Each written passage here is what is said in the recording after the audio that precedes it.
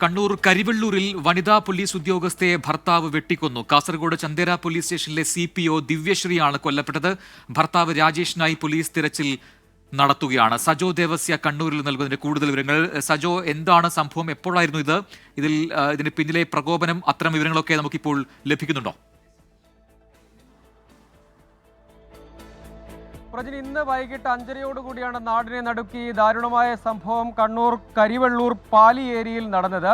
അതായത് ഈ ഭാര്യ ഭർത്താക്കന്മാർ ഇരുവരും നാളുകളായി വേർപിരിഞ്ഞ് താമസിക്കുകയാണ്. അവരുടെ ദാമ്പത്യമജത്തിലെ പ്രശ്നങ്ങളെ തുടർന്ന്, കുടുംബ പ്രശ്നങ്ങളെ തുടർന്ന് ഇരുവരും വേർപിരിഞ്ഞ് കഴിയുകയാണ്. ചന്ദേര പോലീസ് സ്റ്റേഷനിൽ അറ്റാച്ച് ചെയ്യപ്പെട്ട CPO ആണ് ദിവ്യശ്രീ. ദിവ്യശ്രീ വനിതാ ബറ്റാലിയൻ അംഗമാണ്. നാളെ പമ്പയിലെ തീർത്ഥാടക ഡ്യൂട്ടിക്ക് പോകേണ്ട ആളുമാണ്. ഏറെ നാളായി ഇവർ അകന്ന് കഴിയുകയാണ്. ദിവ്യശ്രീയുടെ ഭർത്താവ് രാജേഷാണ് ഈ ക്രൂരമായ അതിക്രമം നടത്തിയത്. രാജേഷിന് സ്വന്തമായ ഓട്ടോറിക്ഷയുണ്ട്. ആ ഓട്ടോറിക്ഷയിൽ കരിവെള്ളൂരിൽ തന്നെയുള്ള ദിവ്യശ്രീയുടെ സ്വന്തം വീട്ടിലാണ് അവർ താമസിക്കുന്നത്. അങ്ങോട്ടേക്ക് എത്തുന്നു, ഇരുവരും തമ്മിൽ സംസാരിക്കുന്നു. ഇതിനിടെ വളരെ പെട്ടെന്ന് കയ്യിൽ സൂക്ഷിച്ചിരുന്ന, അതായത് ഓട്ടോറിക്ഷയിൽ സൂക്ഷിച്ചിരുന്ന കൊടുവാൾ ഉപയോഗിച്ച് ക്രൂരമായി വെട്ടി പരിക്കേൽപ്പിക്കുകയായിരുന്നു. നിലവിളി കേട്ട് പിന്നീട് സമീപവാസികൾ ഓടിയെത്തി. ആ ഘട്ടത്തിൽ രാജേഷ് ഓടി രക്ഷപ്പെട്ടു. ഇയാൾക്കായി പോലീസ് ഊർജിതമായി തിരച്ചിൽ നടത്തുന്നുണ്ട്. പിന്നീട് ദിവ്യശ്രീയെ നാട്ടുകാരും ബന്ധുക്കളും ചേർന്ന് പയ്യന്നൂരിലെ ആശുപത്രിയിൽ എത്തിച്ചു. പക്ഷേ ജീവൻ രക്ഷിക്കാനായില്ല. ഇപ്പോൾ നിലവിൽ അവിടെ നിന്ന് പരിയാരം മെഡിക്കൽ കോളേജിലേക്ക് മാറ്റിയിട്ടുണ്ട്.